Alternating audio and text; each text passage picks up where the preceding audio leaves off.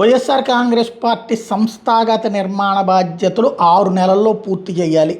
ఇది తాజాగా జగన్మోహన్ రెడ్డి పార్టీకి ఇచ్చినటువంటి దిశానిర్దేశం.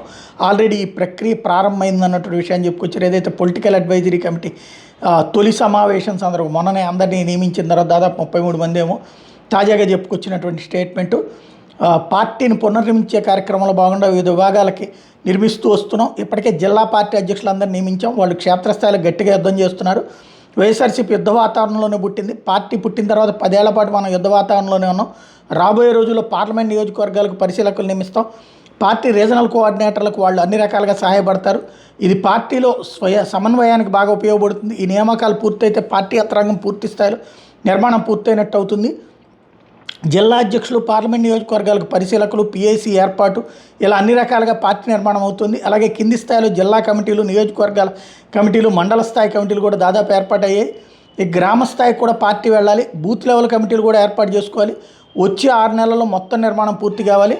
మన పార్టీ బలోపేతంగా ఉంటేనే మనకు చాలా ప్రయోజనకరంగా ఉంటుంది. ఈ విషయాన్ని అందరూ గుర్తించాలి. ప్రజల తరపున మనం పోరాటాలు ఇప్పటికే మొదలుపెట్టాం. ఈ పోరాటాలు మరింత ముమ్మరం అవుతాయి. వచ్చే 2-3 ఏళ్లలో ప్రజల తరపున ప్రణాళికాబద్ధంగా పోరాటం చేస్తాం. చివరి ఏడాది ఎన్నికలకు పోతుంది. పార్టీ పిఎస్ సభ్యులు క్రియాశీలకంగా ఉండాలి. ప్రజల తరపున గొంతు విప్పాలి. అందరూ ప్రజల తరపున మాట్లాడాలి. దీనివల్ల అన్ని అంశాలు ప్రజల్లోకి వెళ్తాయి అంటూ పిలుపునిచ్చుకొచ్చారు జగన్మోహన్ రెడ్డి.